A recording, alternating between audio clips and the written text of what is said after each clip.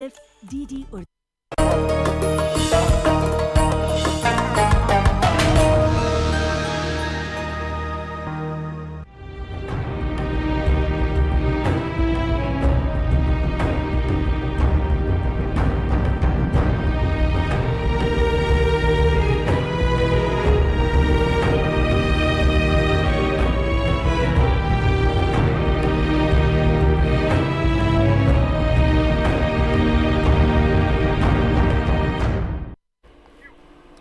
आदाब नाजरीन, मैं हूँ फरहान नाजमी। आदाब नाजरीन, मैं हूँ समरीन नाज। डीडी उर्दू की बेहद ख़ास पेशकश हेलो डॉक्टर में आपका तहे दिल से खैर मकदम।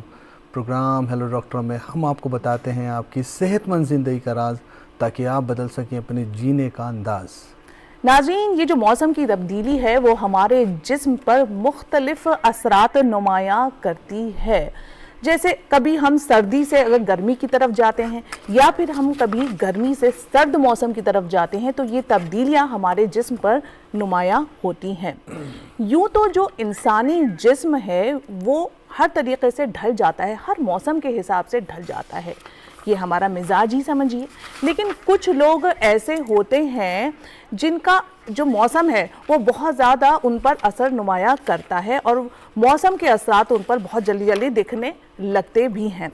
जैसे कि अगर हम बात करें कुछ लोगों की जो नज़ला खांसी बुखार से मुतासिर होते हैं। यूँ तो सर्दी के मौसम में नज़ला खांसी बुखार बहुत ही आम सी बात है, लेकिन ये शदीद भी बन जाते हैं अगर हम इन्हें नज़रअंदाज करते हैं और ये निमोनिया का शक्ल इख्तियार कर लेते हैं। जी हाँ, निमोनिया एक ऐसा मर्ज़ है जो हमारे फेफड़ों को मुतासिर करता है। निमोनिया अक्सर हम देखते हैं कि छोटे बच्चों में काफ़ी पाया जाता है, या बुज़ुर्गों की बात करें तो ये मर्ज़ बुज़ुर्गों को भी काफ़ी हद तक मुतासिर करता है। तभी हमने देखा है कि जैसे ही सर्दी की आमद होती है तो जो बच्चे होते हैं छोटे, उनके जो माँ बाप होते हैं, वालिदैन होते हैं, वो खौफज़दा हो जाते हैं कि कहीं उनके बच्चों को जो है वो निमोनिया ना हो जाए। तो आज का जो हमारा टॉपिक है या मौजू है वो यही मर्ज़ है, यानी निमोनिया पे हम बात करेंगे कि कैसे ये मर्ज़ जो है अपनी जकड़ में ले लेता है लोगों को, और क्या इसके इलाज जो है वो मुमकिन है, कैसे इसका ट्रीटमेंट किया जाए। इसके लिए हमने अपने स्टूडियो में दावत दी है एक्सपर्ट्स के एक ख़ास पैनल को। करवाते हैं आपका उनसे तारुफ। हम तारुफ करा देते हैं यहाँ पर आपको, आपका तारुफ कराएंगे उन माहिरीन से जो आज इस ख़ास मौजू पर गुफ्तगू करने के लिए आप हमारे स्टूडियो में आए हैं, जो कि निमोनिया है। सुनने में बहुत आम लगता है कि निमोनिया हो गया है बड़ों में, बच्चों में, बुज़ुर्गों में, लेकिन अगर उसकी गहराई में जाकर देखें तो पता चलता है कि ये मर्ज़ बहुत लोगों को अपने शिकार बनाता रहता है। तो इस पर बात करने के लिए, समझने के लिए, इसके सिम्टम्स को जानने के लिए और कैसे इसकी केयर किया जाए, कैसे इसकी देखभाल की जाए और किस तरह का ट्रीटमेंट लिया जाए, जो एक्सपर्ट्स यहाँ पर मौजूद हैं, आपको उनसे तारुफ करा देते हैं। हमारे साथ हैं डॉक्टर विजय हड्डा, जो कि एडिशनल प्रोफेसर हैं department of pulmonary critical care and sleep medicine, AIIMS Delhi में। हमारे साथ मौजूद हैं डॉक्टर रति, जो कि सीनियर फिजिशियन हैं डॉक्टर राम मनोहर लोहिया हॉस्पिटल दिल्ली में। और हमारे साथ मौजूद हैं doctor Saurabh Mittal. Doctor Saurabh Mittal assistant professor हैं department of pulmonary critical care and medicine, AIIMS Delhi में। तीनों एक्सपर्ट्स का बेहद शुक्रिया प्रोग्राम में शिरकत के लिए। डॉक्टर विजय हड्डा, निमोनिया अक्सर सुनाई देता है कि किसी को, बुज़ुर्ग को निमोनिया हो गया है, या बच्चों में निमोनिया देखा गया है, या किसी बड़े को भी निमोनिया हो गया है। सुनने में, जानने में बहुत मामूली सा लगता है, लेकिन अब जब हम इस पर देखते हैं, इस पर इसकी गहराई में जाते हैं, तो हमें पता चलता है ये कितना ख़तरनाक भी हो सकता है अगर इसके बारे में समझा ना जाए, इसका वक्त पर इलाज ना किया जाए। तो इसके बारे में मैं आपसे ये गुजारिश करूँगा, आप बताइए कि ये निमोनिया क्या है, इसके सिम्टम्स क्या होते हैं, और अगर जो सिम्टम्स जिन पर आप रोशनी डालेंगे वो होते हैं तो किस तरह से डील करना चाहिए और किन हालात में फ़ौरन हॉस्पिटल का रुख करना चाहिए। जी, सबसे पहले दर्शकों को मेरा नमस्कार। देखिए, जो निमोनिया अगर बिल्कुल सिंपल शब्दों में बोलें तो ये लंग्स का इन्फेक्शन है। जो हमारा जो सांस लेने की प्रक्रिया है ये नाक से शुरू होती है, फिर ट्रैकिया में जाती है और फिर लंग्स में जाती है।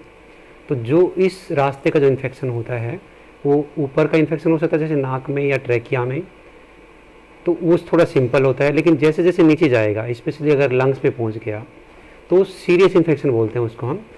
जिसको निमोनिया बोलते हैं। उसका प्रॉब्लम ये है कि जो लंग हमारे सांस की जो प्रक्रिया है उसे आई थिंक ऑर्गन है जिसकी वजह से हमें वायु से ऑक्सीजन मिलती है, जो ऑक्सीजन फिर फेफड़ों से होते हुए ब्लड में जाती है। और ये सबको पता है कि ऑक्सीजन जीवनदायिनी है, अगर ऑक्सीजन नहीं है तो जीवन भी नहीं रहेगा। तो आप समझ सकते हैं कि अगर लंग्स में कुछ इफेक्ट हो गया कोई इन्फेक्शन की वजह से या किसी वजह से, तो ऑक्सीजन नहीं मिलेगी, और ऑक्सीजन नहीं मिलेगी तो वो काफ़ी हानिकारक या ये समझो कि जीवन के ऊपर बन सकती है। जो निमोनिया होता है ये कई तरह का होता है कि ये अगर हम उसकी बात करें कि किसकी वजह से निमोनिया हुआ है, तो बहुत सारे कीटाणु होते हैं, जैसे वायरस होते हैं, बैक्टीरिया होते हैं, इवन फंगस भी होते हैं, कई बार कुछ केमिकल भी होते हैं जो निमोनिया कर सकते हैं। मैं वापस से जो चीज़ों को ज़्यादा कॉम्प्लिकेट नहीं करना चाहता, सिंपली ये है कि अगर लंग्स का इन्फेक्शन हो जाए या लंग्स जो स्पॉन्जी होते हैं उसकी बजाय स्पॉन्ज की बजाय वो सॉलिड हो जाएं, जो ऑक्सीजन जो हवा से ब्लड में ले जाने में बाधित करते हैं, तो उस वाली कंडीशन को हम निमोनिया बोलेंगे। जी विजय अड्डा जी, मैं आपसे एक बात जानना चाहता हूँ। निमोनिया को हम बचपन से जानते हैं, सालों से इसके बारे में सुन रहे हैं, लेकिन हमने देखा है कि पिछले कुछ सालों से, अगर हम 2-4 साल की बात करें, तो ये केसेस कुछ ज़्यादा ही बढ़ते जा रहे हैं। तो इसके पीछे क्या रीज़न है? क्या ये मेरी गलतफहमी है या ये असलियत यही है? क्या कहना चाहेंगे विजय अड्डा जी? देखिए, आई थिंक कुछ हद तक आप ठीक बोल रहे हैं जी, पर मैं तो इसको एक थोड़ा सा और आगे लेके जाता हूँ।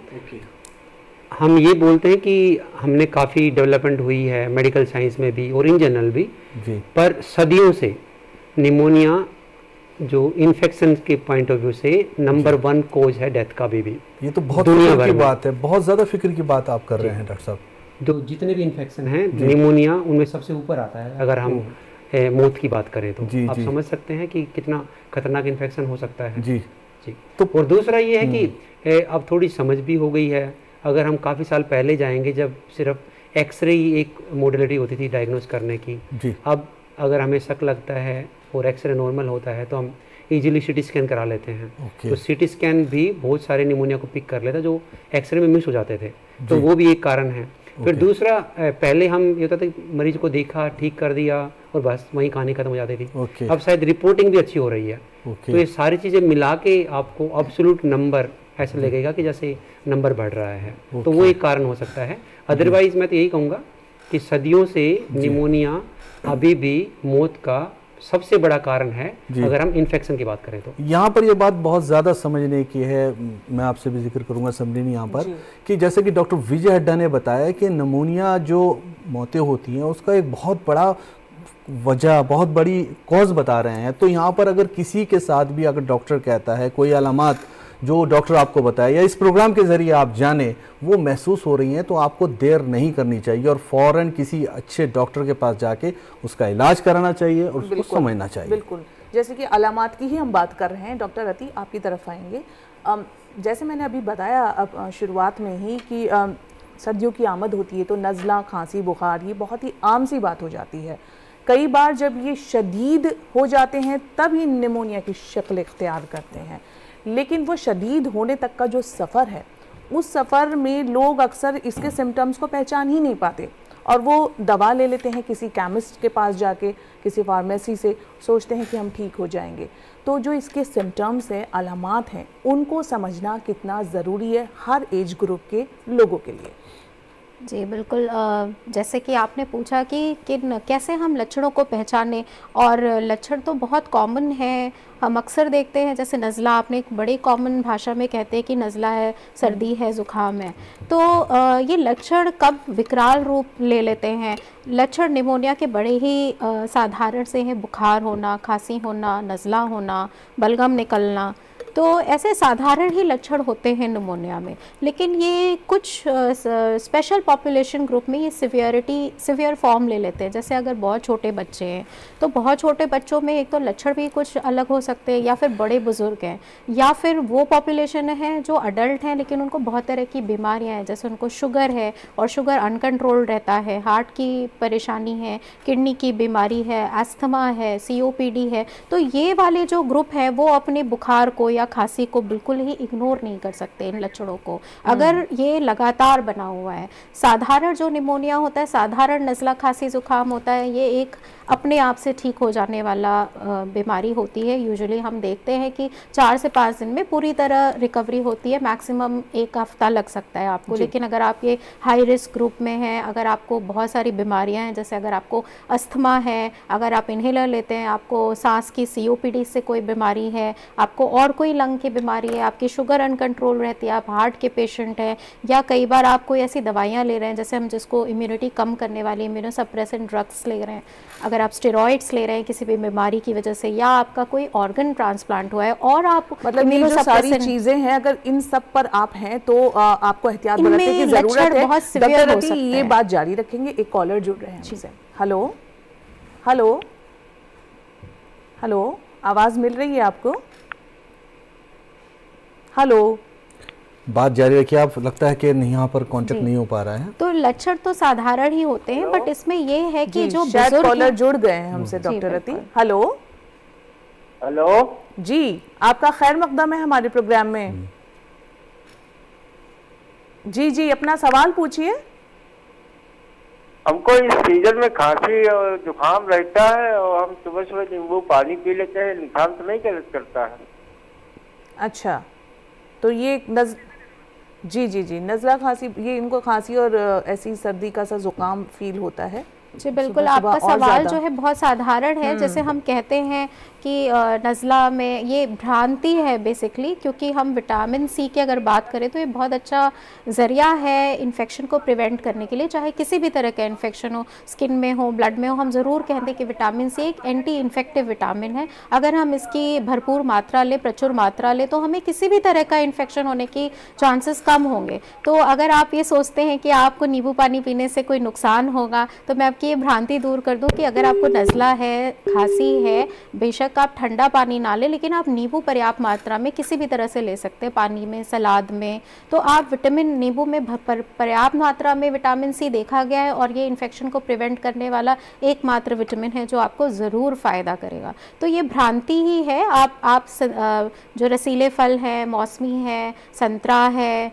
आंवला है, और जैसे आपने कहा नींबू है, ये सब अच्छी प्रचुर मात्रा में लेने से किसी भी तरह का इन्फेक्शन में फ़ायदा होता है, ना कि बल्कि ये मिथ है कि हम अगर लेंगे तो हमारा नज़ला बढ़ जाएगा। जी, बहुत अच्छी बात डॉक्टर रति आपने बताई। ये बहुत लोगों का मिथ होता है कि अगर हम कुछ खट्टा लेंगे सर्दी के मौसम में तो शायद हमारी जो ये बीमारी मजीद और ज़्यादा बढ़ जाएगी। बहुत बहुत शुक्रिया इमरान हमसे जुड़ने के लिए। डॉक्टर रति, आप बात कर रही थी हाई रिस्क फैक्टर पर जिसको निमोनिया हो सकता है। अगर बच्चों की हम यहाँ बात करें तो कई बार बच्चे तो कह नहीं पाते, छोटे बच्चे खासतौर से, कि उन्हें क्या परेशानी महसूस हो रही है, और जो वालिदैन है वो सर्दी की आमद पर बड़े घबराए नज़र आते हैं कि कहीं हमारे बच्चे को निमोनिया ना घेर ले।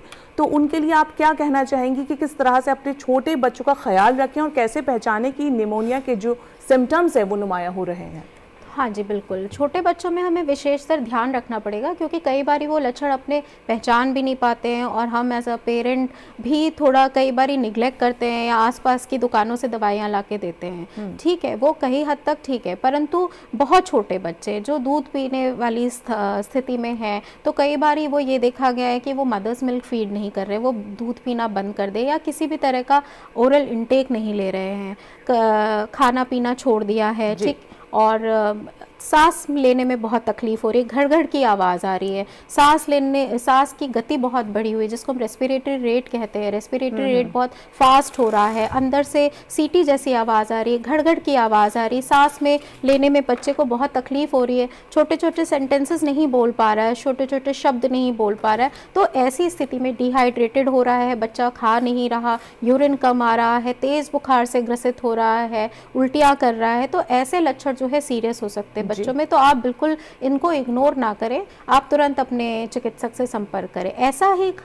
ऐसे ही कुछ लक्षण हमें बहुत जो बुज़ुर्ग होते हैं, जो 65 साल के ऊपर के होते हैं, या फिर उन मरीज़ों में जो उम्र तो कम है परंतु बहुत सारे बीमारियों से ग्रसित है, इनमें भी कई लक्षण ऐसे होते हैं जो टिपिकल निमोनिया वाले नहीं होते, जैसे कन्फ्यूजन होना। जो एल्डरली पॉपुलेशन है, जैसे जो 65 साल से अधिक उम्र वाले हैं, उनको हो सकता है टिपिकल बहुत तेज़ बुखार या बलगम या खांसी ना आकर सिर्फ उनको क्या होगा कि कन्फ्यूजन हो जाएगी, खाना पीना बंद कर देंगे, उन्हें वीकनेस लगेगी, और ये सारे लक्षण निमोनिया में बिल्कुल हो सकते हैं एल्डरली पॉपुलेशन में। ये तो आपने इन चीज़ों को बिल्कुल इग्नोर ना सही करें। बात की, यहाँ पर बहुत सारी चीज़ें बताई, इसके बारे में आपसे हम दोबारा भी जानेंगे क्योंकि ये बहुत ही सोचने की बात है और बहुत ही ये सीरियस टॉपिक है। ये आप बुजुर्गों की यहाँ पे बात कर रही हैं। डॉक्टर सौरभ, आपकी तरफ आना चाहूँगा यहाँ पर मैं। डॉक्टर सौरभ, कोई भी बीमारी वो सबके लिए बहुत ख़तरनाक नहीं होती और सबके लिए बहुत आसान नहीं होती। यहाँ पर जैसे कि डॉक्टर रति ने बताया, बुजुर्गों की बात की, एक तो आप ये बताइए कौन कौन से लोग हैं जो इस बीमारी की चपेट में, जिनके आने के बहुत ज़्यादा चांसेस रहते हैं। दूसरा ये कि इस बीमारी की जो डेंजर साइन है उनकी बात करते हैं, जब बिल्कुल भी वेट नहीं करना है और हॉस्पिटलाइज होना बहुत ज़्यादा ज़रूरी हो जाता है पेशेंट का, वो क्या है? तो अगर हम बात करें तो जैसे बच्चे होते हैं या बुजुर्ग होते हैं, उनमें ये बीमारी होती है तो उसके खतरनाक रूप लेने के चांस ज़्यादा होते हैं जी। दूसरा तरीका है, दूसरा जो मैडम ने भी बताया कि जो स्मोकर्स होते हैं, जो लोग धूम्रपान करते हैं, उनमें निमोनिया होने के चांसेस और निमोनिया बिगड़ने के चांसेस बहुत ज़्यादा होते हैं जी। उसके अलावा जैसे आजकल बहुत बच्चों में चल रहा है ई सिगरेट या वेपिंग जिसको बोलते हैं, तो जो बच्चे यंग अडल्ट वेपिंग करते हैं उनमें भी निमोनिया होने के चांसेस बढ़ जाते हैं। अगर आपको शुगर की बीमारी है जो कंट्रोल है या बिना कंट्रोल के है, अच्छा, उसमें भी निमोनिया होने के चांसेस बढ़ जाते हैं। दोनों में बढ़ जाते हैं, कंट्रोल है तब भी और अनकंट्रोल है तब भी। बिल्कुल, हालांकि अगर अनकंट्रोल है तो उसमें बहुत ज्यादा चांस होते हैं, ज्यादा बढ़ जाते हैं, उसके बिगड़ने के चांस भी ज्यादा होते हैं। Okay okay okay. अगर आपको ब्लड प्रेशर या हार्ट की बीमारी है जिसके कि हार्ट का फंक्शन कम है, उसमें निमोनिया होने का चांस बढ़ जाता है। डॉक्टर साहब, आपने बहुत इंपॉर्टेंट बात की, यहाँ पर आपने हार्ट पेशेंट की बात की और अक्सर हमने देखा है किसी भी मरीज का अगर हार्ट में प्रॉब्लम चल रही है, उसको एडमिट किया गया है, तो अक्सर डॉक्टर्स कह देते हैं हार्ट के मरीज को कि अब ये निमोनिया की चपेट में आ चुका है या आने वाला है। ये भी जरा सा बताइएगा, बहुत इंपॉर्टेंट पॉइंट बताया सर आपने यहाँ पर। तो जो हार्ट के मरीज होते हैं जिनका हार्ट कम काम करता है, हार्ट का काम होता है कि ब्लड को पंप करना जी। ब्लड लंग्स में जाके ऑक्सीजनेट होता है, हार्ट उसको पंप करता रहता है जी। अब प्रॉब्लम क्या होती है, जब हार्ट पंप करना कम कर देता है तो वो ब्लड लंग्स में भरने लगता है, उसकी वजह से लंग में फ्लूइड आ जाता है, जिसको कि हम पल्मोनरी इडीमा बोलते हैं और उसमें इन्फेक्शन के चांस बढ़ जाते हैं। तो जो लोग हार्ट फेलियर से ग्रसित होते हैं उनमें निमोनिया होने के चांस बढ़ जाते हैं, और अगर आप हॉस्पिटलाइज हो गए हैं हार्ट फेलियर से तो उसमें निमोनिया के चांसेस और ज्यादा हो जाते हैं। तो ये बहुत जरूरी है कि अगर आपकी हार्ट की बीमारी है, आपको किडनी की बीमारी है, आपको लिवर की बीमारी है, आप शराब पीते हैं, अल्कोहलिक्स में निमोनिया बहुत ज्यादा खराब होता है। तो अगर आप शराब पीते हैं तो ऐसी सिचुएशन में आपको अपने लक्षण का ध्यान रखना चाहिए, और अगर आपको हो रहे हैं तो उसको डिले नहीं करना चाहिए। अच्छा। जैसे अगर देखें कि आम बुखार होता है, 2 दिन हुआ, 3 दिन हुआ, 4 दिन हुआ, ठीक हो जाता है। अगर आपका 2 या 3 दिन का बुखार है, आपको खांसी है और बहुत बलगम आ रहा है, या बलगम में कभी खून आ गया, या आपको एकदम से 2 दिन के बाद सांस की दिक्कत चालू हो गई, क्योंकि जो अगर हम कहीं सर्दी जुकाम उसमें सांस की दिक्कत नहीं होती है जनरली, सांस की दिक्कत तब चालू होती है जबकि आपको लंग्स में प्रॉब्लम हो गई या निमोनिया हो गया। तो आपको अगर निमोनिया है, कई दफा मरीज को छाती में दर्द होने लगता है कि जहां पर निमोनिया है वहां पे कई दफा पानी बनने लगता है, छाती में दर्द होने लगता है, तो वो भी इंपॉर्टेंट लक्षण होता है कि अगर आपको ये हो रहा है बुखार के साथ तो आपको इग्नोर नहीं करना है और आपको उसका डायग्नोसिस कराना है और उसका ट्रीटमेंट करना। यहाँ पर एक चीज़ और बताइए आप डॉक्टर साहब कि अगर किसी को हार्ट पेशेंट को ये निमोनिया डायग्नोज हो गया है, डॉक्टर ने कह दिया है कि आपको निमोनिया है, तो क्या ऐसा पेशेंट घर पर उसकी हो सकती है केयर, या उसको हॉस्पिटल ही ले जाना पड़ेगा, भर्ती कराना ही पड़ेगा? क्या कहना चाहेंगे? तो जैसे जनरली ये कहते हैं कि अगर जिन मरीजों को साथ में बीमारियां हैं, जैसे हार्ट की प्रॉब्लम है, किडनी की प्रॉब्लम है, लिवर की प्रॉब्लम है और ज्यादा है और उसके साथ उनको निमोनिया हो गया, तो इसलिए सबसे अच्छी चीज होती है कि हॉस्पिटलाइज करके उसका ट्रीटमेंट किया जाए ताकि प्रॉपर मॉनिटरिंग हो सके। अगर ये संभव नहीं है तो भी आपको कंटिन्यूअस अपने फिजिशियन के टच में रहना चाहिए। ये नहीं कि आपने आज दवाई लिखवाई, आप 4 दिन तक आपने कुछ नहीं किया और आपको 4 दिन बाद स्थिति खराब होने लगी। तो अगर आपको कोमॉर्बिडिटीज जिनको बोलते हैं अगर वो है तो उसमें हॉस्पिटलाइजेशन। किन बातों का ख्याल रखना चाहिए घर पर अगर मरीज मौजूद है? अगर घर पर मरीज को निमोनिया है तो सबसे पहली बात तो ये है कि मरीज को जो दवाइयां बताई गई हैं वो टाइम से लें, वो सबसे जरूरी है, क्योंकि निमोनिया का जो मेन इलाज होता है वो होते हैं एंटीबायोटिक्स जो कि कीटाणु को मारने का काम करते हैं। तो वो दवाई ठीक से ले, खाना पीना ठीक रखें। और मरीज के रिश्तेदारों के लिए जरूरत होती है कि मरीज की जनरल स्थिति देखें कि उसकी सांस तो नहीं फूल रही है, अच्छा, ये धड़कन तो बहुत ज्यादा नहीं हो रही है, उसको बलगम में या खून तो नहीं आ रहा है, उसका जो ऑक्सीजन लेवल है उस पर भी क्या नजर बनाने की जरूरत है? उसका ऑक्सीजन लेवल डाउन तो नहीं हो रहा है। तो कितने तक उसको समझे कि नॉर्मल है oxygen level? Normal oxygen level जो होता है बिल्कुल एक नॉर्मल यंग अडल्ट का 98-99% राइट। और उसका पेशेंट का जो पेशेंट निमोनिया में है इस वक्त उसके लिए कितना तक सही है? तो जनरली निमोनिया में हम एक्सेप्ट करते हैं कि अगर आपका 94 तक जा रहा है तो it is a safe limit. 92 to 94 is very border line. If you are going below 92 और 92 से नीचे आपका ऑक्सीजन लेवल जा रहा है तो फिर आपको तुरंत हॉस्पिटल जाने की जरूरत पड़ती है। अब जैसे कोविड हुआ था उस समय इतने लोगों को निमोनिया हुआ और उस समय हॉस्पिटल में बेड नहीं थे, तो ऐसा भी था कि लोगों का ऑक्सीजन लेवल 65, 70, 80 चल रहा था, वो घर पर ही मैनेज कर रहे थे ऑक्सीजन लगाकर। बट इन जनरल सिचुएशन ये नहीं होना चाहिए। अगर आपका ऑक्सीजन लेवल डाउन हो रहा है तो आपको हॉस्पिटल जाना चाहिए और एडमिशन कराना चाहिए। यहाँ पर ये बहुत ही ज़्यादा समझने की ज़रूरत है, क्योंकि नमूनिया एक जानलेवा भी साबित हो सकता है अगर उसका ढंग से इलाज ना किया जाए, उसे समझा ना जाए। जैसा कि तीनों माहिरीन ने बताया है, जो इसकी अलामात हैं उस पर नज़र रखने की बेहद ज़रूरत है। और अगर आपको लगता है कि ये अलामात यहाँ पर हैं और आप उसका इलाज सही से कर सकते हैं तो आप उसका घर पर इलाज करिए, कोई ऐसी बात नहीं है। लेकिन कुछ अलामात ऐसे डेंजर साइन हैं जिनका डॉक्टर सौरभ ने जिक्र किया, अगर वो हो रहे हैं, सांस फूल रही है, किसी तरह की परेशानी हो रही है या घबराहट हो रही है या ऑक्सीजन लेवल जो कि बहुत ही इंपॉर्टेंट है वो 92 से नीचे जा रहा है, वहाँ पर आपको देर करना बिल्कुल नहीं चाहिए और जितनी जल्दी हो सके मरीज़ को हॉस्पिटल ले जाएँ और वहाँ पर उसका दाखिला कराएँ। जी बिल्कुल सही कहा आपने फरहान। यूँ तो देखिए निमोनिया से जो मुतालिक बातें हैं उससे वाकफियत जो है लोग काफ़ी रखते हैं, लोग बेदार भी हैं, लेकिन हमारा ये जो प्रोग्राम है हेलो डॉक्टर उसका मकसद है ज़्यादा से ज़्यादा बेदारी फैलाना। तो इसी के साथ मैं चाहती हूँ कि एक कॉलर जो हमसे जुड़ रहे हैं उनकी बात सुन लेते हैं। हेलो हेलो जी, आवाज़ मिल रही है आपको? जी मैम, तो आपकी आवाज़ मिल रही है। जी जी जी, आप थोड़ा और जोर से थोड़ा बोलें, हमको आवाज़ आपकी कम मिल रही है। मैं खुशबू बात कर रही हूँ। जी जी जी, आपका खैर मकदम है। जी, आजकल सर्दियाँ जैसे कि बहुत ज़्यादा हो रही हैं और इस मौसम में छोटे बच्चों का और हमारे पेरेंट्स वगैरह का कैसे ध्यान रखा जाए कि हम उन्हें बचा पाएँ, बिकॉज विंटर्स बहुत ज़्यादा चल रहे। कुछ टिप्स जानना चाहूँगी मैं जो हम लोग घर में कर सकें, और या तो कुछ ऐसा मेडिसिन वगैरह नहीं हो जिससे कि हम लोग उनकी मतलब हेल्थ का ध्यान रख पाएँ। जी जी जी, डॉक्टर विजय ये चाहती हैं जानना कि कैसे छोटे बच्चों का हम ख्याल रखें घर में रहकर, विंटर्स जैसे कि चल ही रही हैं, और बुज़ुर्गों का भी ख़ास तौर से। जी देखिए, जो सांस की बीमारियों के लिए मौसम काफ़ी ख़राब होता है, स्पेशली छोटे बच्चे हैं या बुज़ुर्ग हैं। अब ध्यान कैसे रखें, एक तो चीज़ें मैं ऐसे बताऊँगा कि एक तो वो वाले बच्चे होंगे जिनको कोई बीमारी हो, जैसे किसी को अस्थमा है या कोई और फेफड़ों की बीमारी है या जैसे हार्ट की बीमारी है या किडनी की बीमारी है, तो एक उनके लिए है।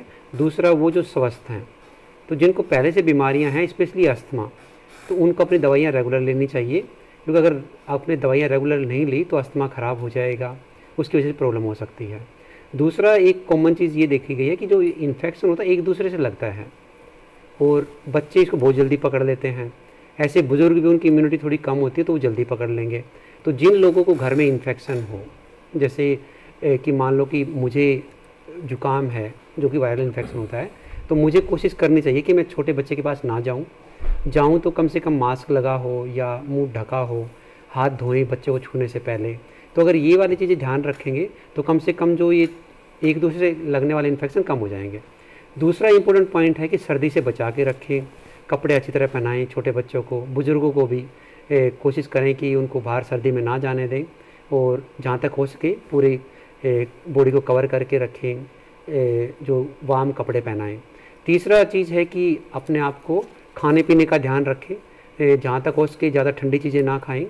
मतलब ठंडी चीज़ों का मतलब ऐसे नहीं है कि जिसको हम वैसे ठंडा बोलते हैं, हम बोलते हैं कि आइसक्रीम जैसी चीज़ हैं वो अचानक से गला पकड़ सकती है, उसकी वजह से कॉम्प्लिकेशन हो सकती है।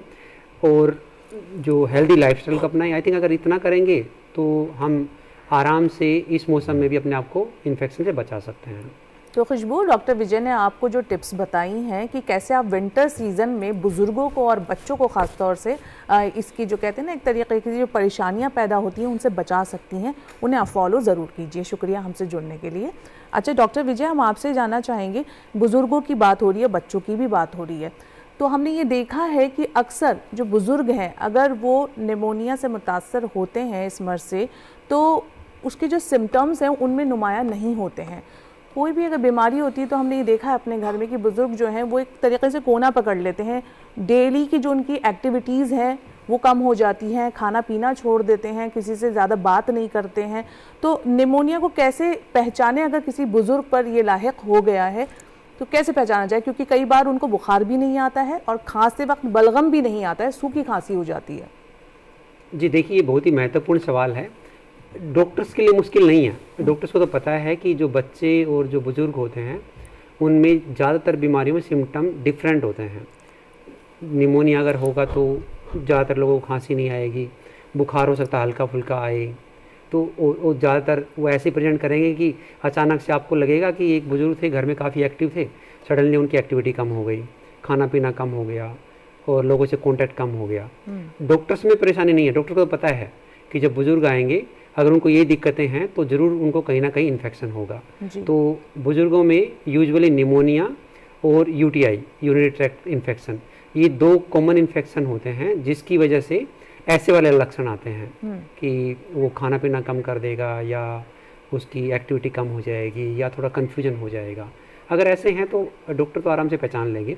हाँ, घर वालों के लिए इम्पोर्टेंट है, अगर आप कभी ऐसे देख रहे हैं कि आपके घर में कोई बुजुर्ग है जो कुछ दिनों पहले बिल्कुल एक्टिव थे, खा पी ठीक रहे थे और लेकिन सडनली अभी उनका ये बिहेवियर चेंज हो गया है, खाना पीना कम हो गया है, बात बात में चिड़चिड़े हो गई हैं, तो ऐसे में डॉक्टर से कंसल्ट करना चाहिए कि उनको कोई इन्फेक्शन तो नहीं पनप रहा है। हो सकता है निमोनिया हो सकता है कोई और इन्फेक्शन हो, तो ऐसे में बिल्कुल भी आपको रिस्क नहीं लेना चाहिए, डॉक्टर को जाके दिखाना चाहिए। जैसे कि वो नज़र बनाए रखना बेहद ज़रूरी है ऐसे अफराद पर। अक्सर हमने देखा है कि जब किसी को निमोनिया होता है तो एक बात सामने आती है कि डॉक्टर उसको एडवाइस करता है कि इन्हें आईसीयू में फ़ौरन से दाखिल कराइए क्योंकि इनको आईसीयू की ज़रूरत है। तो यहाँ पर मैं जानना चाहता हूँ डॉक्टर रतिया आपसे, ये जो आईसीयू है, ये इसकी ज़रूरत पेशेंट को, जो निमोनिया का पेशेंट है, कब पड़ती है और आईसीयू में उसे कितने दिन तक रखने की ज़रूरत है और उसमें इलाज किस तरह से किया जाता है?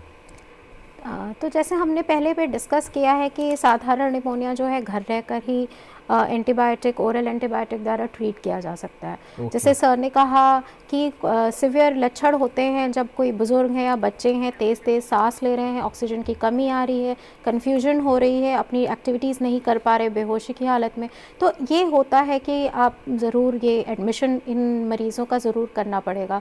उसमें से भी आईसीयू में कौन से मरीज़ हैं जिनका ऑक्सीजन का लेवल बिल्कुल तेज़ी से घट रहा है, जिनको जैसे हम जब हॉस्पिटल में एडमिट करते हैं तो हम आर्टीरियल ब्लड गैस एनालिसिस करते हैं, जिसमें अगर हमें CO2 का हम निरीक्षण करते हैं तो अगर ऑक्सीजन तो घट रहा ही है, उसके अलावा अगर CO2 भी बढ़ रहा है, मरीज़ होश उसका लगातार घटता चला जा रहा है, बेहोशी की हालत में जा रहा है, CO2 बढ़ रहा है, ब्लड प्रेशर कम हो रहा है, सांस लेने में तकलीफ आ रही है, चाहे हम एंटीबायोटिक दे रहे हैं या हम नेबुलाइज कर रहे हैं पेशेंट को, ऑक्सीजन लगाने पर भी उसका ऑक्सीजन पूरा नहीं आ रहा, तो ऐसे जो मरीज़ होते हैं ये डेफिनेटली आईसीयू में ही रखकर इलाज किया जा सकता है, क्योंकि मोस्टली इन मरीज़ों को हमें इंट्यूबेशन यानी कि हमें नाक के द्वारा सांस में नली डाल करके और इनको वेंटिलेटर पे डालना ही एक इसका समाधान होगा, क्योंकि अगर ऑक्सीजन लगाने पर मरीज़ का ऑक्सीजन सामान नहीं हो रहा है, CO2 अगर बढ़ती चली जा रही है और मरीज़ बेहोशी की हालत में जा रहा है, बिल्कुल गुमसुम हो गया है, बेहोश है, तो ऐसे मरीज़ में एस्पिरेशन के चांसेस, यानी कि एस्पिरेशन होके और ज़्यादा चांसेस होते हैं कि निमोनिया बढ़ जाए, तो ऐसे मरीज़ ज़रूर आईसीयू में भर्ती करके इलाज करेंगे। इलाज फिर हम बहुत सारे टेस्ट करते हैं मरीज़ का, हम बलगम भेजते हैं, ब्लड की जाँचें करते हैं, उसके द्वारा कुल मिला के आप उन्हें पूरी तरह से ऑब्जर्वेशन में रखते हैं। और आपने यहाँ पर एक बात बोली है अभी कि वेंटिलेटर तक पे जाने की नौबत आ जाती है। जब वेंटिलेटर का जिक्र आता है तो आदमी परेशान हो जाता है। जो उसके तीमारदार हैं, यानी कि जो उसके फैमिली मेंबर्स हैं, वो अगर उनसे बात की जाएगी कि वेंटिलेटर की भी ज़रूरत पड़ सकती है तो ज़्यादातर ये देखा गया है कि वो लोग परेशान हो जाते हैं। थोड़ा सा ये बताइए कि वेंटिलेटर पे जाने का मतलब ये तो नहीं है कि ज़िंदगी ख़त्म हो गई है, वहाँ पर उसकी कुछ दिन के लिए केयर भी रहेगा, फिर वो वापस आ जाएगा, या आने के चांसेस कम है? क्या कहना चाहेंगे? देखिए, एक बार अगर वेंटिलेटर पर जाते हैं मरीज और उनको पहले से कोई बीमारी जैसे अस्थमा है, COPD है और कई बार भर्ती हो चुके हैं, एक साल में अगर हम साल की बात करें उनका हर बार आईसीयू में भर्ती होते, तो ऐसे मरीज ये बहुत ज़्यादा हाई रिस्क है, चांसेस होता है कि ये मरीज वेंटिलेटर से बाहर ना आ पाए।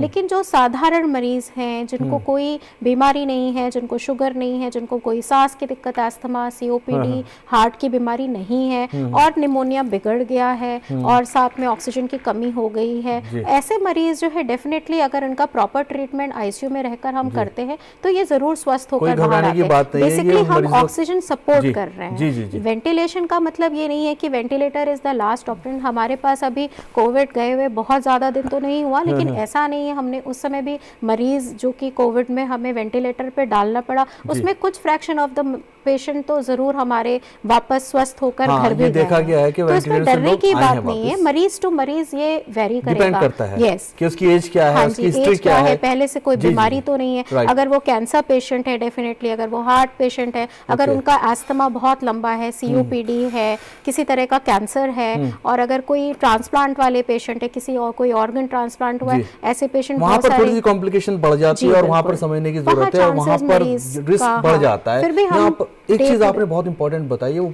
जानना बेहद जरूरी है। जो निमोनिया के पेशेंट्स हैं जिनको चाहे हॉस्पिटल में भर्ती कराएं या घर पर रख के, अक्सर देखा गया है कि उनका जो ब्लड प्रेशर है वो लो की तरफ जाता है। अगर लो जा एक तो ये बताइए आप, नहीं रीति जी, एक तो ये बताइए कि ये जो लो की तरफ जाता है इसका क्या रीजन है, और घर पर अगर पेशेंट मौजूद है तो उसकी जान कैसे बचाई जाए। लो का जाने का मतलब है एक तरह से कहीं ना कहीं ज्यादा खतरनाक की तरफ पेशेंट का जाना होता है। क्या क्या स्टेप्स ले सकता है घर के लोग? अगर जैसे आपने ये बात की है कि ब्लड प्रेशर कम हो रहा है, तो अगर आप ये देख रहे हैं निमोनिया, हम अभी एक लोकलाइज्ड इन्फेक्शन की बात कर रहे हैं जो लंग तक ही सीमित है। लेकिन अगर ये आपका इन्फेक्शन जो लंग्स में ही सीमित है, अगर ये फैल कर जनरल ब्लड स्ट्रीम में आ जाएगा, जिसको हम मेडिकल भाषा में सेप्टिसीमिया या सेप्सिस कहते हैं, यानी कि अब आपका जो इन्फेक्शन है वो लंग तक ही नहीं सीमित है, अब आपका इन्फेक्शन वो ब्लड में जा रहा है। तो जब ब्लड में जा रहा है तब आपके लक्षण और सीवियर होंगे, आपका ब्लड प्रेशर डाउन होना शुरू हो जाएगा, आपके बहुत सारे पैरामीटर्स हैं जो हम लैब में टेस्ट करते हैं वो खराब आने शुरू होंगे, किडनी भी कम काम करना शुरू करेगी, पेशाब कम आएगा, किडनी पैरामीटर्स जो हम टेस्ट करते हैं वो खराब लगातार होने शुरू हो जाएंगे। तो ब्लड प्रेशर का घटना एक साधारण मरीज में निमोनिया की ये कहीं ना कहीं तक बहुत अलार्मिंग हो सकता है। ये हो सकता है कि पेशेंट का जो इन्फेक्शन ब्लड में फैल रहा है, पेशेंट सेप्सिस में जा रहा है, हो सकता है ये सेप्टिक शॉक का फीचर हो। और अगर मरीज को पहले से कोई बीमारी है, जैसे अगर वो हार्ट पेशेंट है, तो हमें ये भी देखना पड़ेगा कि कोई उसकी हार्ट की बीमारी फ्लेयर अप तो नहीं हो गई, मतलब वो बढ़ तो नहीं गई, उसका हार्ट जो पहले से कम काम कर रहा था उसका पंपिंग एक्शन और तो कम नहीं होगा। सारी चीजें आप जो बता रही है मेडिकल से ताल्लुक रखती हैं, और ये तभी पता चलेगी जब पेशेंट हॉस्पिटल जाएगा। मेरा थोड़ा सा सवाल ये था कि घर पर मरीज मौजूद है और घर पर हमने उसका मेजर किया, जो ब्लड प्रेशर वो बहुत लो की तरफ जा रहा है, तो आप अपने चिकित्सक से इमीडिएटली आपको हॉस्पिटल ले जाना पड़ेगा। कुछ भी नहीं, जैसे कहते हैं नमक का पानी दें, कॉफी दें, ये सब बिल्कुल भी ट्राई ना करें। भ्रांतियां, यही मेरा सवाल था बेसिकली। इन पे जरूर ध्यान रखें कि अगर ब्लड प्रेशर कम हो रहा है, मरीज को बुखार पहले से तो खांसी आ रही है, मरीज को अस्थमा है, ऐसे मरीज का अगर ब्लड प्रेशर भी डाउन हो रहा है, होश कम हो रहा है, तो आप अपनी तरफ से कॉफी पिलाकर, नमक का पानी देकर मरीज को नुकसान और पहुंचा रहे हैं। ऐसी हालत में आप इमीडिएटली हॉस्पिटल में इमरजेंसी में आपके चिकित्सक से संपर्क करना पड़ेगा। डेफिनेटली इनको हॉस्पिटलाइज करना ही पड़ेगा। यहाँ पर ये डॉक्टर विजय कुछ कहना चाह रहे हैं। यहाँ पर डॉक्टर विजय, ज्यादातर हम घर पे ब्लड प्रेशर की मशीन नहीं होती है, हम मेजर नहीं करते, तो हमें ज़्यादातर पता ही नहीं लगेगा कि ब्लड प्रेशर कम है कि नहीं जी। लेकिन उसमें कई बार पेशेंट बोलता है कि जैसे खड़े होने का कोशिश की चक्कर आ गई जी, अगर ये फ्रीक्वेंटली हो रहा है तो ये इंडिकेट करता है कि उनका ब्लड प्रेशर कम की तरफ जा रहा है। तो ऐसा कम आने लगा, अगर ऐसी कोई अगर स्थिति आती है तो उसमें आप जल्दी से जल्दी हॉस्पिटल में जाना चाहिए, डॉक्टर को दिखाना चाहिए। घर पे बिल्कुल रिस्क नहीं लेना। निमोनिया एक ट्रीटेबल डिजीज है, इजीली ट्रीट होता है, आप लेके जाइए, बिल्कुल ठीक हो जाएंगे। नाजरीन, ये बहुत ही अच्छी बात है। डॉक्टर रति ने, डॉक्टर विजय हड्डा ने जो कि एम्स से हैं, और डॉक्टर राम मनोहर लोहिया हॉस्पिटल से सीनियर फिजिशियन है डॉक्टर रति, इन दोनों ने बताया कि अगर ऐसा होता है किसी का निमोनिया है, उसके बाद उसका ब्लड प्रेशर कम की तरफ जा रहा है, चाहे आपने उसको देखा है या नहीं देखा है, उसका जैसे कि डॉक्टर विजय हड्डा ने बताया चक्कर भी आ सकते हैं, वो आपको लग जाएगा कि ये ब्लड प्रेशर कम की तरफ जा रहा है, तो कोई भी ऐसी चीज़ अप्लाई मत कीजिए जिसका आपको इल्म नहीं है। जैसे कि अक्सर आम तौर पर कहा जाता है कि नमक का पानी दे दीजिए, आप अंडा दे दीजिए, आप कॉफ़ी दे दीजिए, ये सारी चीज़ें उसको फ़ायदा तो नहीं पहुंचाएंगी, उसका टाइम ख़राब होगा और वो प्रॉब्लम बढ़ सकती है। ये बहुत ही समझने की चीज़ है जी। जैसे कि दोनों ही डॉक्टर रति और डॉक्टर विजय ने ये जैसे कि बताया कि निमोनिया कितना ज़्यादा बढ़ सकता है, इंसानी जिस्म के अंदर घर कर सकता है एक तरीके से, अगर शुरू में ही से नज़रअंदाज किया जाए। डॉक्टर सौरभ, आपकी तरफ आएंगे। ये बातें हमने इनसे जानी कि कितना सीवियर हो सकता है निमोनिया, लेकिन क्या इससे बचने के लिए पहले से ही कोई प्रिकॉशंस लिए जा सकते हैं? किसी तरीके की वैक्सीनेशन है या वैक्सीन है जो लगवाई जा सकती है, जो सर्द मौसम की आमद पर ख़ासतौर से बुज़ुर्गों के लिए, बच्चों के लिए या फिर नौजवानों के लिए भी वो कारगर साबित हो?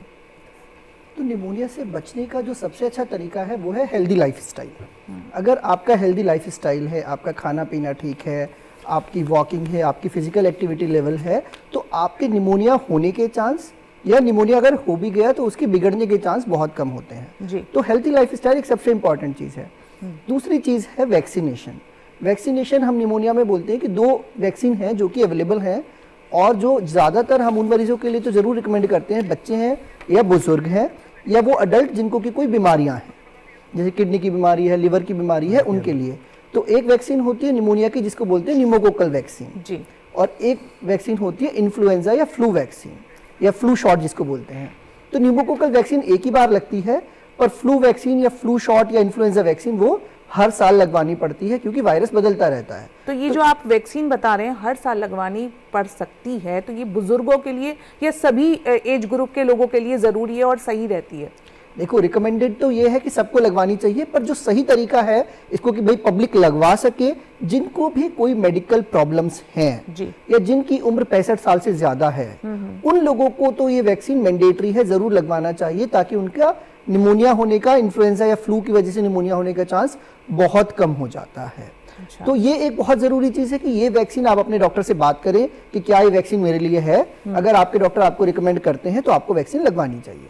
वैक्सीन लगवानी चाहिए और इसे समझना भी चाहिए। एक चीज़ यह है, देखा गया है समीन कि ज़्यादातर जो बीमारियां हैं उनकी स्टेजेस देखी गई हैं, हमें जानना चाहिए, और हमारे को प्रोग्राम देखने वाले हैं उनके लिए भी ये बहुत ही फ़ायदेमंद चीज़ साबित होगी। डॉक्टर विजय अड्डा, इसके स्टेजेस की मैं बात करूंगा, क्या इसकी स्टेजेस होती है निमोनिया की, या कोई स्टेज नहीं है, बस निमोनिया का होना है और बिगड़ना है? क्या कहना चाहेंगे यहाँ पर? जी देखिए, ऐसे कोई वेल डिफाइंड स्टेजेस नहीं है। ओके। लेकिन हम ये बोल सकते हैं कि भाई जैसे आप बोल रहे हैं निमोनिया की शुरुआत जी, निमोनिया का रिस्पॉन्स, फिर निमोनिया बिगड़ गया। ओके। आप उस तरह से बोल सकते हैं, अदरवाइज स्टेजिंग नहीं होती है।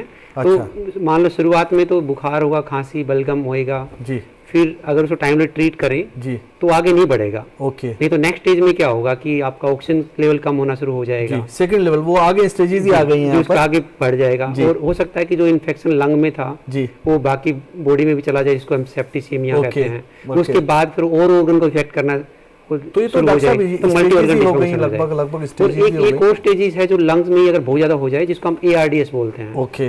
वो एक सीवियर फॉर्म है एक तरह से, जहाँ पे ऑक्सीजन मिलना बहुत ही मुश्किल हो जाता है। इवन वेंटिलेटर पे डालने के बाद भी अगर ऑक्सीजन हमें देनी है पेशेंट को तो बहुत मुश्किल वाली स्थिति होती है। और वो एक कंडीशन है जिसमें जो काफ़ी सारे लोगों को हम नहीं बचा पाते।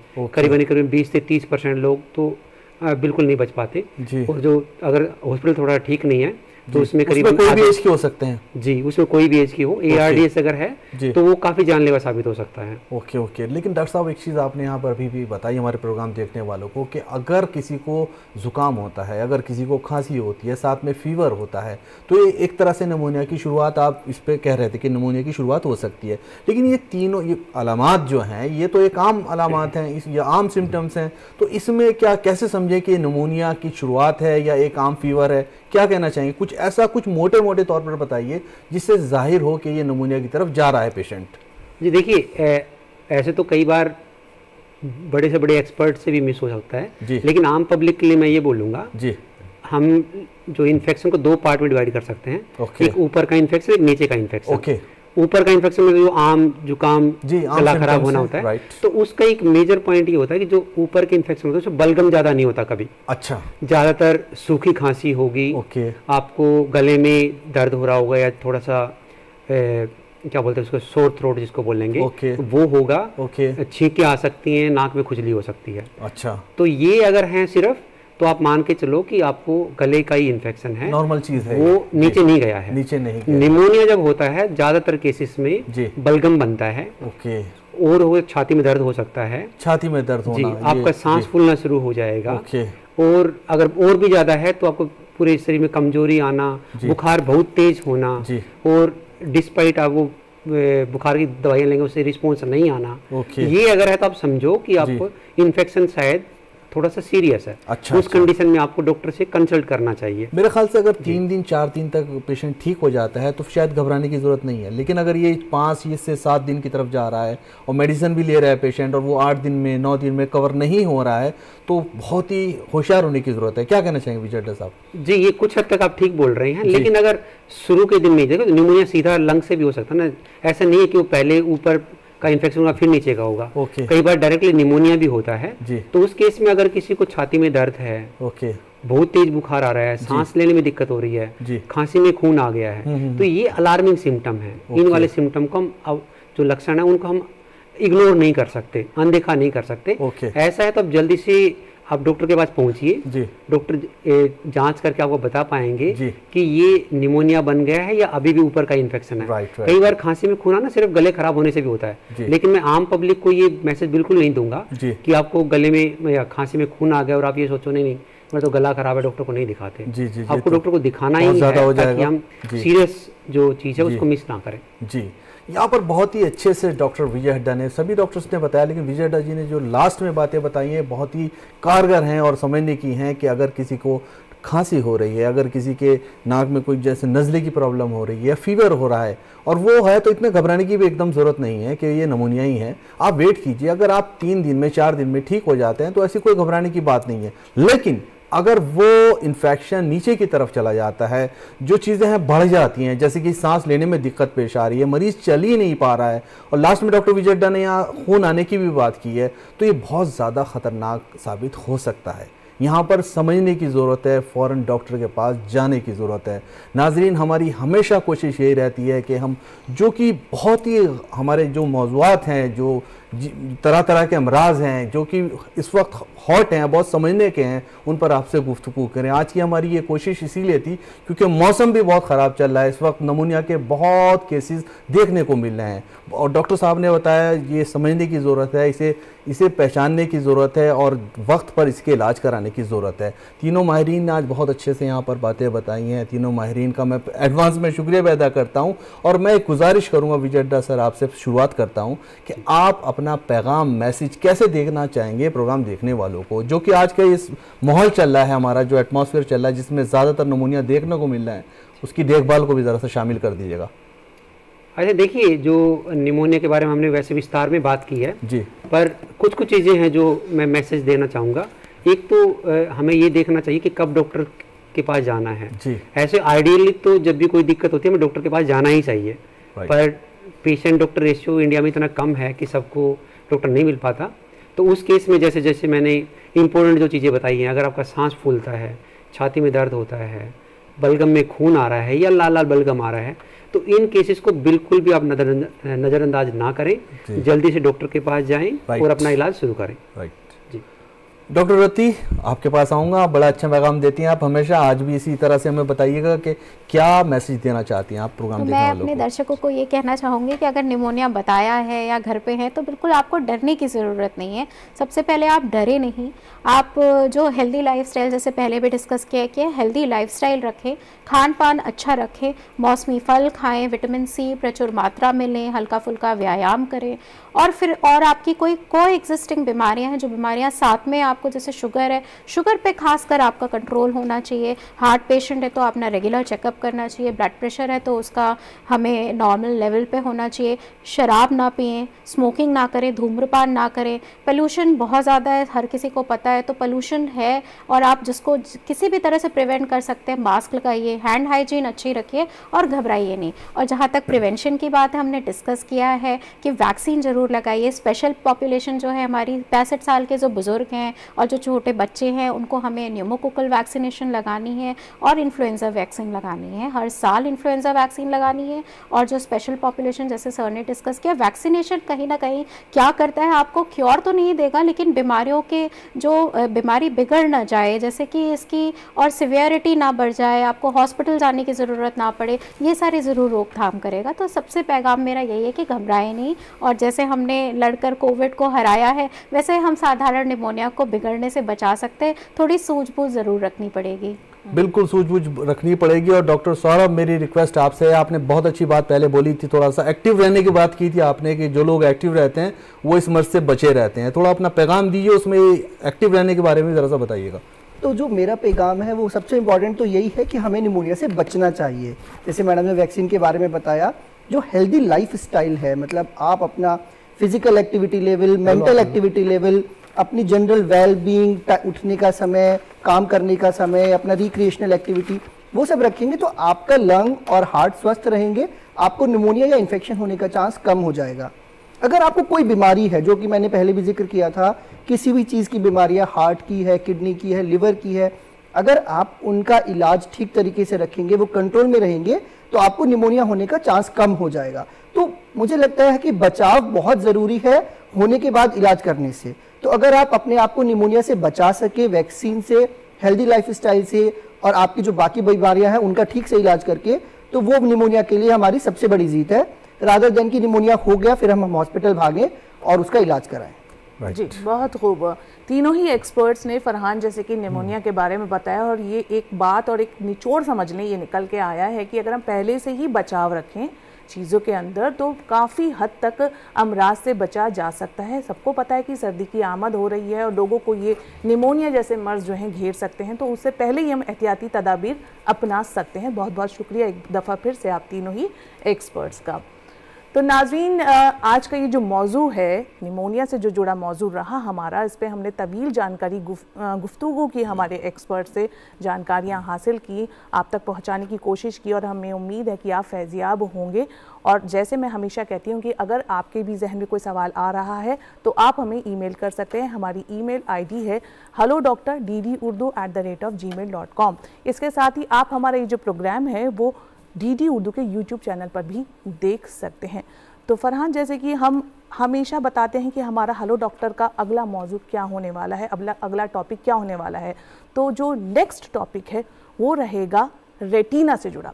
देखिए, हमारी जो ये आंखें हैं इस खूबसूरत कायनात को देखने का बेहतरीन ज़रिया है, और इनसे जुड़ी कोई भी परेशानी अगर दरपेश आती है तो इंसान बेचैन हो उठता है। रेटिना हमारी आंख का बेहद नाजुक हिस्सा है, अगर इसमें परेशानी पैदा होती है तो समझ लीजिए कि बीनाई पर भी बहुत ज़्यादा शदीद तौर पर असरात नुमायां हो सकते हैं, यहाँ तक कि अंधेपन की शिकायत भी पेश आ सकती है। लेकिन एक चीज़ और, आँख की रोशनी है। यकीनन हमारी आंखें हमें पूरी दुनिया के जो खूबसूरत मनाजिर हैं दिखाती है। पूरी दुनिया, हर चीज़ हम आंखों से ही देखते हैं। किसी कौन हमारा दोस्त है, कौन हमें चाहता है, कि हम किसी को चाहते हैं, ये क्या चीज़ें हमारी ज़िंदगी में हमें अच्छी मिली हैं, वो हम आंखों से ही हम समझ पाते हैं। तो ये जो हमारा टॉपिक होगा इस बार का, वो होगा आंखों के ऊपर, आंखों की केयर के ऊपर। और जैसे समरीन ने बताया कि क्या क्या चीज़ें ऐसी हैं जो हमारे आंखों को नुकसान देती है, यानी कि यकीनन डायबिटीज़, हाइपरटेंशन या जो भी और चीज़ें हैं, ये तो माहिरीन ही आपको बताएंगे। तो आप इंतज़ार कीजिए और यकीनन अगला जो हमारा शो है जो आई केयर पर होगा उसे ज़रूर देखिए। चलिए, तब तक के लिए दीजिए हमें इजाज़त। आदाब। आदाब।